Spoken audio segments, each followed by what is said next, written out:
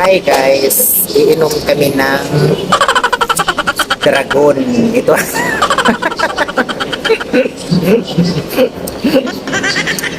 Ito ang tinatawag na dragon shake. Nasaan na ang dragon? Nakatakas na ang dragon. So ayan guys, nag-shake kami dito pero ang in-order namin na flavor is dragon fruit kasi nagsawa na kami sa mango flavor. So syempre para kakaiba naman. So masarap pala talaga guys ang lasa ng dragon fruit na ito. So nagtataka kami kung bakit tinawag itong dragon fruit na hindi naman siya mukhang dragon.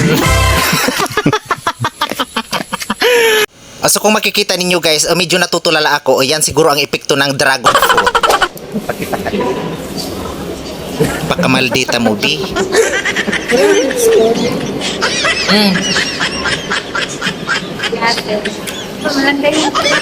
Ito guys ang dragon shake.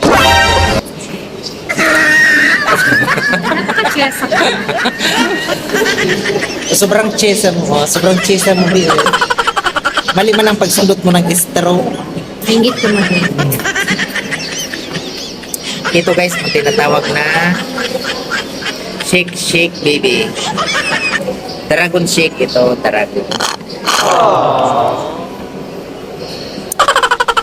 Masarap siya.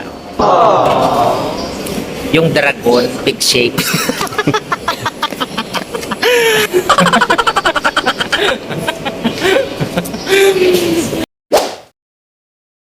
So ayan na guys, sisipsipin ko lang to hanggang sa maubos.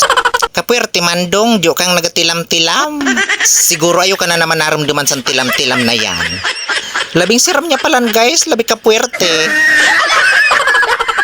Syempre, supsupin mo baby hanggang sa maubos ang katas.